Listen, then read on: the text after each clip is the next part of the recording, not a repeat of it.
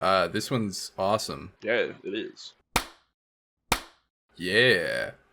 This one's awesome. Yeah, it is. Yeah. This is his fourth album. I got into Gene Dawson when Pixel Bath came out. I think he did something with Mac DeMarco, and that's how I ended up finding him. That was after the fact, but yeah. No, ASAP Rocky was on that album. That's how I found him. Yeah. Mac DeMarco is a singer. I think I found Pixel Bath on Album of the Year when it came out. Like, I think I just saw it coming out and was like, oh, that's a cool cover, and then listened to it, and I've kind of been a fan since. Never a, this is one of my favorite artists type situation, but always a reliable go-to for me. Yeah, it was in the rotation, a couple songs here and there for sure. Yeah. This one, it feels like his fucking, like, awakening. His fucking canon moment. This is the magnum opus. This is the artistic statement. I feel like he can go up from here. I feel like this is the beginning of the bangers that he has for us. The good music we can get out of him. I don't think it stops here. That very well could be. This feels like it could be, obviously not comparable albums, but as a moment, this feels like it could be his Flower Boy. Yeah. It's starting a new era where there's a lot more artistic significance. Yeah. Yeah. This shit's crazy. Yeah, dude. I was extremely impressed. The two feature tracks on this album, like, blew me away. I was surprised. Yeah. How good Bones was. Expected Lil Yachty to be really good, not gonna lie. Mm-hmm.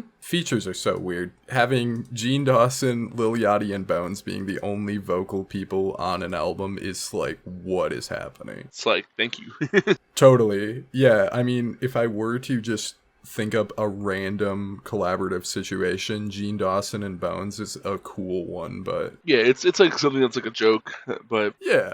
Lil Yachty, I expect to be here. I'm gonna keep it real with Bad Cameo. Let's start here. I think it just makes sense. That does make sense. His kind of psychedelic melodic pop rap angle he's been getting at does seem very reminiscent of what Gene Dawson has done in the past. Yeah, and then Gene Dawson leaning into a little more psychedelia on this than some of his other stuff, if I remember correctly. I ended up not having a chance to go back through and re-listen to some stuff, and it definitely has been a minute, but the, like, soulful, groovy shenanigans that have been happening in this entire project, definitely one that's going to be sticking around for a while.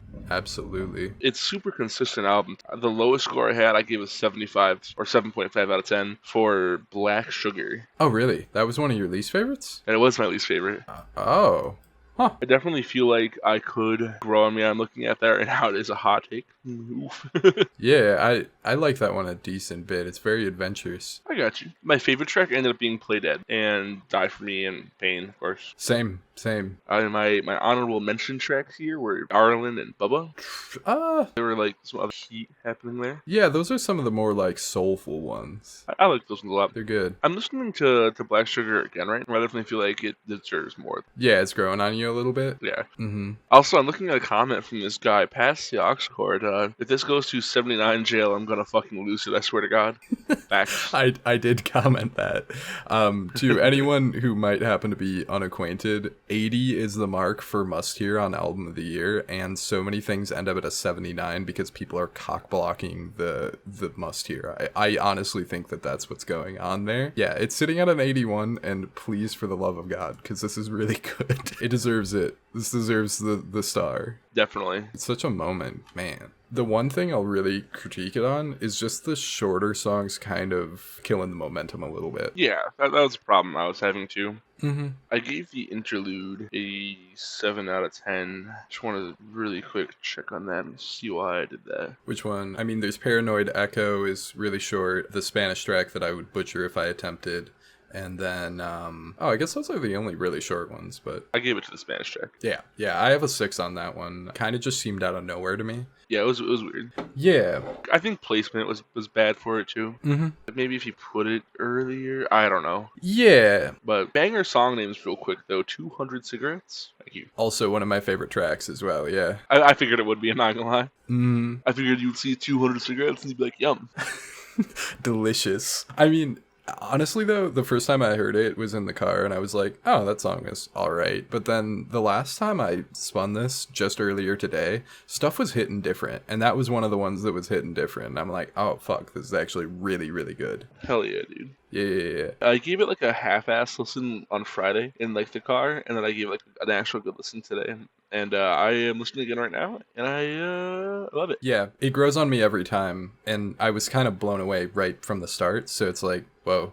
But it's so experimental and all over the place and covers so much ground sonically that it really is a lot to take in. It's almost to a fault. Yeah. Sometimes it's like, why are we going from this to this so rapidly? A lot of times it works really well, though. Yeah, that's again where I'm at. We haven't seen the last of him yet with this. Yeah. A good space to grow, and it's hype. Yeah. I'm excited to see what the next one is. Totally. And I'm excited to see him live. Yeah, that would be fire. Let's just talk about real quick Pain being the moment that it is, because we did a little bit, but like, what? How does this song exist? That song is illegal. That's outside of the realm of like things that should happen in real life. It's not my favorite song on here, but he starts on such a like little upbeat kind of melodic rap thing in the beginning there, and then it's just these like huge hits in between each line, and then Bones comes in, and bro's just like actually singing. Bones never does features for anybody else too. It's so rare that it happens. It's so crazy. Oh my god. Bones has appeared on exactly 5 things. Blade Glue in 2014. Part 1 in 2014. ASAP Rock at Long Last ASAP in 2015. And Vane FM in 2022. He's also, oh wait, never mind. That's a feature on his song. I was gonna say he has a song with Danny Brown, but that's actually a song on Bones' album, so yeah. Yeah, never mind. But yeah, like he only fucking does features for, I don't know what Vane FM is, but I probably should based off of the other things he's featured off. Oh, really? They're like a metal band. Oh. Yeah, so that was another really weird moment. But to further break this down, Blade and him have beef now, so that one hardly counts. That's really funny. And the ASAP Rocky one is a sample. So it's like, yeah, this is kind of sort of his third canon feature on somebody else's project. That's crazy. Yeah. It's like, how did this song happen? The Lil Yachty one, again, that makes sense. Oh, apparently Bones has 3 fucking mixtapes dropping this year. Goddamn. Cross pass that real fast. Yeah. But yeah, no, this song is crazy. Yeah, it's so wild. I think it reminded me a little bit of Kevin Abstract's album, Blanket. Yeah, the acoustic bits on here and stuff do sound a lot like Blanket. Just the vibe of it. Yeah. It's like Blanket, but good. I mean, it's like dark sounding acoustic music that has a slight rap influence. So you kind of end up in the same place, I guess. True. This is better than that album, though. This came together better. Yeah. Yeah. Well, it also covers so much more ground, though. True. I just hope to see more songs like Pain exist, is where I'm like getting at it. Totally. Bones, do more features. Play Dead is so crazy. That's another one where it's like, I'm listening to it and it's, how is this a song that exists? Yeah, Play Dead's insane. Yeah, he starts on that whole dark wave thing with the little up-pitched sample, but then it gets all explosive at the end. It goes from so low-key to just straight violent. Yeah, dude. Yeah. What did you think of Houston? That one was one of my honorable mentions for best tracks. Mm-hmm. Yeah. That and Darling are like my 2. This is almost a 9 out of 10 track for me. But that track was really good. I think I'm a lot warmer on this album than you because those are, Darling is a 9 for me, and then Houston is a 10 for me. But like not quite in my top 3. That's totally fair. That one was another though that I had to come back to it for it to hit different because it's easily one of, if not the most poppy song on the album. Yeah. Yeah. And I liked it. Yeah, it's great. I mean, it's definitely the one that's going for mainstream success, and I can tell that it's getting that. I think it's one of the most talked about songs he has. Yeah, this album, number 7, I saw. Yeah, on his Twitter, right? Yeah. Yeah. I was looking for merch, and I don't think he has merch out yet, which is fucking weird. Put this shit on vinyl right now. For real. I'll snag one. Yeah. Yeats' album is number 1, and this is number 7 for what we're talking about this week. Yeah, that's crazy. All right, do we have other thoughts? Because, like, this was kind of chaos review mode, but, I mean... It's good. It's real good. Oh, I did want to mention the lyrics, actually, while we're here, just to put this in real quick. There is very consistent lyrical themes, and I like them all fucking lot. There's a lot of talk of death and rebirth and just kind of the metaphorical meanings behind all of that.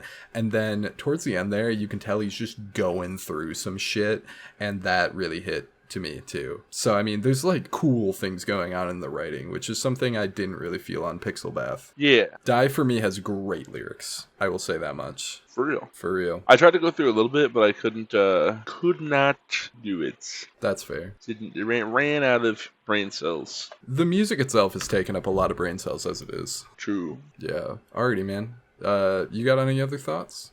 I'm at an 84 on this album. I'm at an 89 on this album. Yeah, we're not too far away. That's fair. Yeah. No, I just think the inconsistency kind of kills it a little bit. Yeah, Yeah. that's totally understandable. That leaves us at a 86.5, right? It sure does. All right, up next we have Machine Girl MG Ultra. Hello, everyone. This review is a clip from the latest episode of the New Music Podcast. Every Thursday, we go through and we review several albums released in the previous week. If that sounds interesting, check the link in the description to see the latest episode. Also, like this video and subscribe to the channel for more music-related content coming your way. Your support is greatly appreciated.